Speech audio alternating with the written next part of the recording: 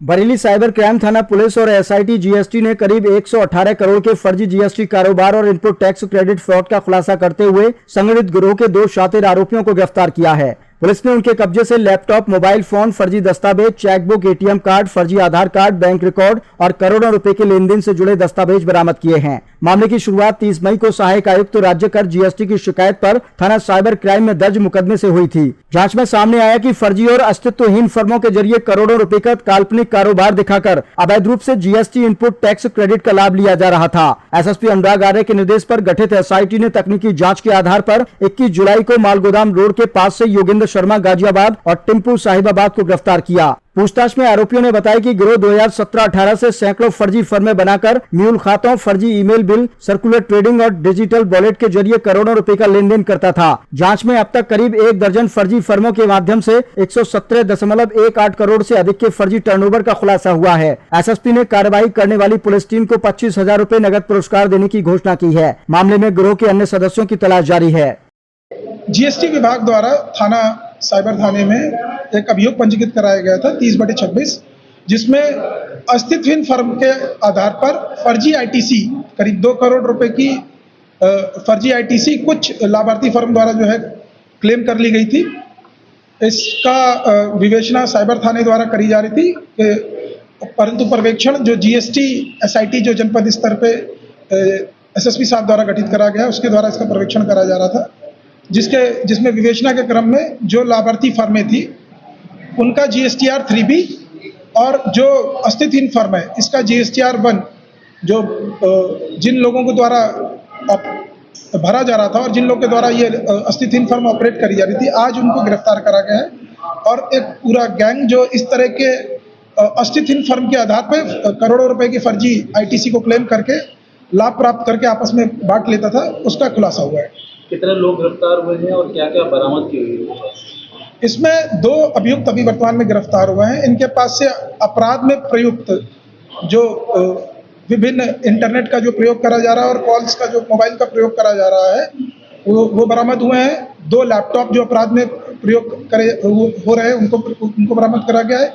एक इनके द्वारा तैयार डायरी जिस पर ये अपना लेखा जोखा लिखते थे और जितनी वर्तमान में फर्जी फर्में ये प्रयोग कर रहे थे, अस्तित्वहीन फर्मों को प्रयोग कर रहे थे फर्जी आईटीसी क्लेम करने के, उनका विवरण है।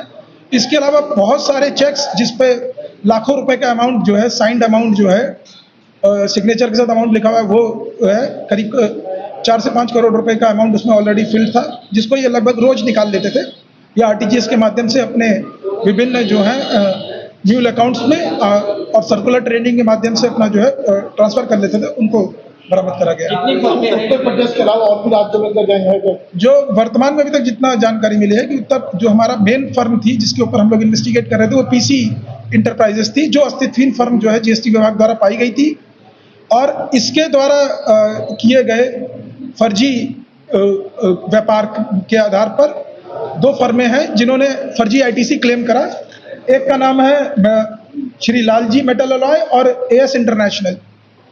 ये दोनों लाभार्थी फर्मों का इन अपराधियों से सीधे सीधे संबंध था और ये जब आईटीसी क्लेम फर्जी आईटीसी क्लेम कर लेते थे उससे प्राप्त जो विकसित करी हुई जो धनराशि थी उसको आरटीजीएस के माध्यम से अभियुक्तों के ही खाते में, अभियुक्तों द्वारा दिए गए खातों में उन्हें डालते थे और फिर सर्कुलर ट्रेडिंग के माध्यम से वापस फॉरेक्स एक्सचेंज और डिजिटल वॉलेट प्लेटफॉर्म्स और जितने हमारे जो सर्राफा व्यापारी हैं उनके अकाउंट से सर्कुलर ट्रेडिंग करके लाभ को कैश के रूप में प्राप्त करके आपस में वितरित कर लेते थे। अब तक कितने लोगों क्या निकल के आया है कि कितने रुपए तक का इन लोगों ने फ्रॉड किया है? जो एग्जैक्ट अमाउंट है वो तो हो सकता है कि बहुत ज़्यादा हो, क्योंकि ये जो गैंग है ये 2018 से इस काम में अपराध में शामिल है।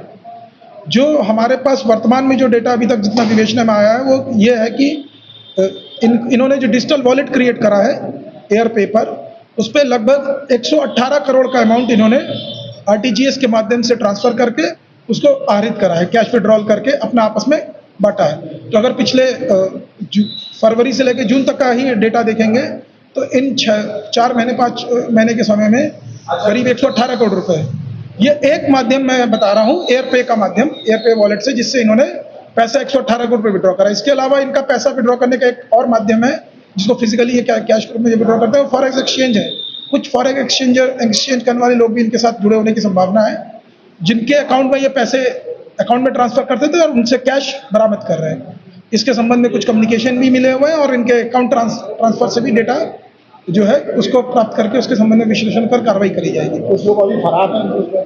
इसमें कई अपराधियों का नाम है जो प्रेस नोट में भी आपको बताया गया। जैसे जो मेन इसमें जोगेंद्र शर्मा है, इसके दो मेन साथी हैं, एक अंकित है, अंकित बंसल, और दूसरा है अनमोल। ये तीनों लोग मिलकर पूरे नेटवर्क को चलाते थे। ये तीनों अस्थिथिन फर्म प्रोक्योर करते थे, जिसका इनका कहना है करीब 60,000 रुपये में अस्थिथिन फर्म ये दूसरे लोगों से खरीदते थे। उनके आईडी और क्रेडेंशियल्स खरीद के उसको अपने नोन नंबर्स पे, नोन ईमेल्स पे ट्रांसफर करा कर फिर उनको ऑपरेट करते थे। इसके अलावा जो मील अकाउंट्स हैं उनको भी ये प्राप्त करते थे। उनके मील जो गरीब लोग हैं उनको झांसा देकर उनके नाम पे फर्जी कंपनियां क्रिएट करके, फर्जी अकाउंट क्रिएट करके उसमें करोड़ों रुपए का ट्रांसफर कराकर फिर उनसे कैश या फिर जो है आरटीजीएस के माध्यम से सोना खरीद के या उसको बेच के सर्कुलर ट्रेडिंग दिखाते हुए, जिनकी की खुद की वास्तविक हैसियत उन लोगों की कुछ हजार रुपए की भी नहीं होगी, उन लोगों के में खाते में करोड़ों रुपए का डेली का लगभग ये ट्रांजैक्शन कर रहे हैं। प्लस इसके अलावा सबसे इम्पोर्टेंट, इन्होंने एयरपे का वर्तमान में जो मॉडस ऑपरेंडी इनकी है कि एयरपे वॉलेट का प्रयोग करते हुए उसमें पैसे ट्रांसफर कराते थे आरटीजीएस के माध्यम से। और फिर जो अभियुक्त योगेंद्र पकड़ा गया है, इसकी एक फर्जी आईडी थी, क्या नाम था उसका, राघव गुप्ता के नाम की।